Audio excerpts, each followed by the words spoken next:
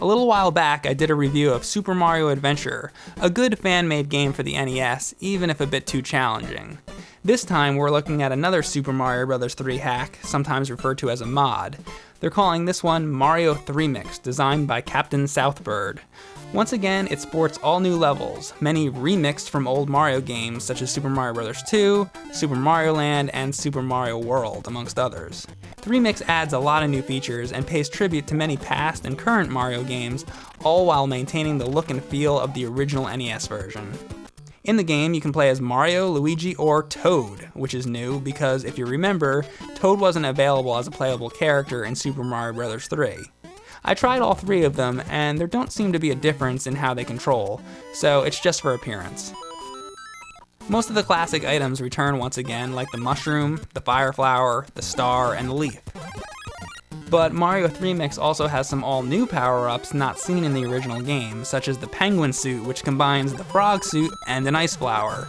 And there's also the bunny carrot from Super Mario Land 2, 6 golden coins, which lets you glide through the air with your rabbit ears. I love seeing elements from the Game Boy titles make a comeback. One of my favorite things about the new Super Mario Bros. Games is trying to collect all of the giant star coins in each level. Exploring every corner of a stage gives you a more complete and fulfilling experience, and it's so much fun. The original NES game didn't have that. Super Mario Bros. 3 had cards.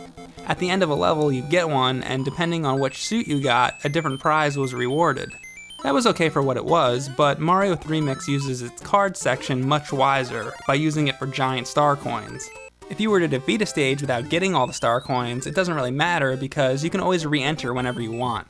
Also, if you stand on top of the stage icons, you can see how many star coins you currently have. Not only that, after you defeat a level, a check mark appears on the stage icon to let you know that you've already been there. Seems like Southbird tried to do everything possible to make this game a user-friendly, non-frustrating experience. In Mario 3, sometimes you'd encounter mini-games on the overworld map screen by running into enemies. 3 Mix changes that up with a different selection of mini-games. Here, you might be jumping on flying fish, throwing Shy Guys, or knocking out crabs like in the original Mario Bros. Arcade game. Having it this way gives a bit more variety, which is welcome. In Mario 3, there were N cards where you could play a memory match game. That's back again, but now the game occurs by going into Toad houses.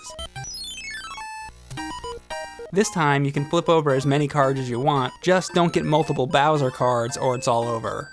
I personally like this style better because I have an awful memory.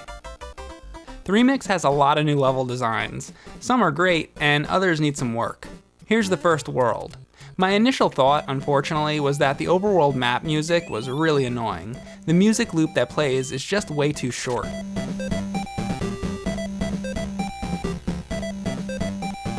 The stages in World 2 are designed to resemble the American version of Super Mario Bros. 2. You get to fight the classic enemies like Birdo, Mauser, and Wart. Again, 3 Mix does a great job incorporating forgotten Mario characters from old games. The third world is Boo's Woods. Haunted stages are always my favorite, so I love what they did here. The ghost houses in 3 Mix are designed to look like the old ghost houses from Super Mario World, and like a lot of later Mario titles, have alternate exits which open new pathways on the overworld map screen. Alternate exits were also something not seen in the original Mario 3, so that's another nice touch. Some stages require you to hit exclamation buttons to trigger warp pipes in order to progress. It's a cool new way to go through mazes not seen in Mario 3. One thing that's kinda neat, at some parts the boos blend in with all the other background elements like clouds, so you have to be extra careful not to hit them. An added bit of challenge, but fair. The end boss of World 3 is Bowser Jr., and he fights you with his boomer weapon. Very clever. Bowser Jr. made his first appearance in Super Mario Sunshine for the GameCube. Originally in Mario 3, at the end of each pirate ship you fought one of the Koopa Kids. Personally, I still like the Koopa Kids better than Bowser Jr. because each one had their own unique look and personality. World 4 is Dinosaur Land, where, believe it or not, you can actually use Yoshi. I figured this would have been beyond the NES's capability, but it actually controls smoothly and looks first rate. The castles here in Dinosaur Land resemble the castles from Super Mario World. I was disappointed though with the first castle because I thought the designer couldn't figure out how to make the thing work where you can walk on the backside of the chain link fences. But then I was pleasantly surprised because on the second castle, it's all about doing that. Again, I would have figured this was beyond the NES's capabilities, so it's really neat to see. However, if you try to flip the gate with a Koopa on the other side, you'll get injured, which is a flaw. Because, you know, the Koopa should have flipped to the other side. It seems like a quick fix that could have been added. World 6 reminds me a lot of the third world in Mario 3 with all the lakes and water, and I think this map has a really good tune, so the music quality really varies. Some of the stages in this world are really inventive. Stage 2 has these guys tossing you around on building tops, and Stage 3 puts Mario in an all-Lego environment. And speaking of Mario and Legos, how has that not happened? There is so much potential for Nintendo Legos, how is that not a thing? Well, I guess I can always stick to my custom Nintendo Legos for now. On this world, there's also an upside-down ghost house, which is pretty neat. It's enough to throw anybody's senses off. World 7 throws Mario and friends into outer space. The gravity on these stages is perplexing to say the least, but somehow it works well. Another highlight of this world is the giant level. You can't have a Mario 3 style game without that, can you? To transport between worlds, 3Mix uses Star Road like in Super Mario World.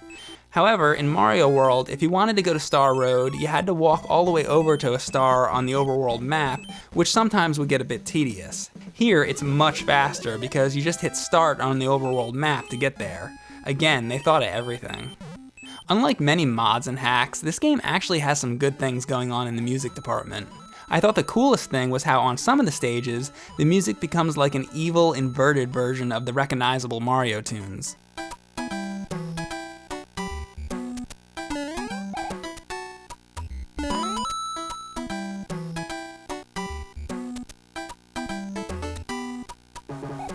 The difficulty in 3Mix is much more in line with official Nintendo Mario titles, and that's a very welcome thing.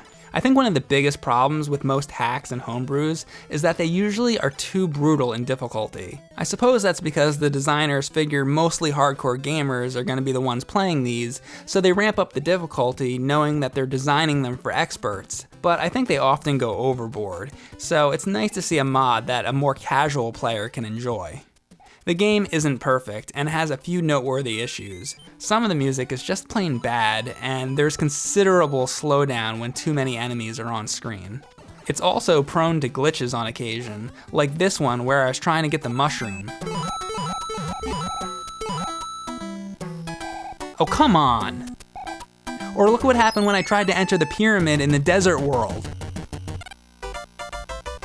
This happened to me twice, by the way, so it wasn't just a one-time fluke.